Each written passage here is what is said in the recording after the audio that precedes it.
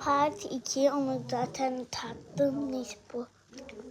Birazcık tatalım. Labubu. Hadi kaşığımıza koyalım.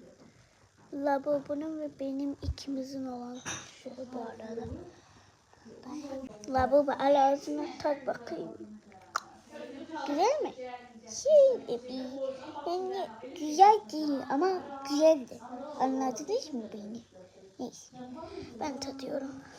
Labubu bilecek şey.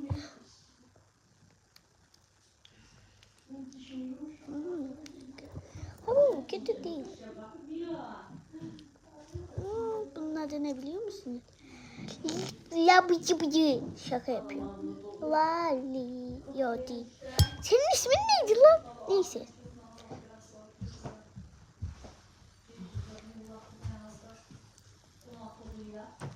Güzel de değildi. Yani Labubu'nun söylediği gibi. Video bu kadar. Bitti.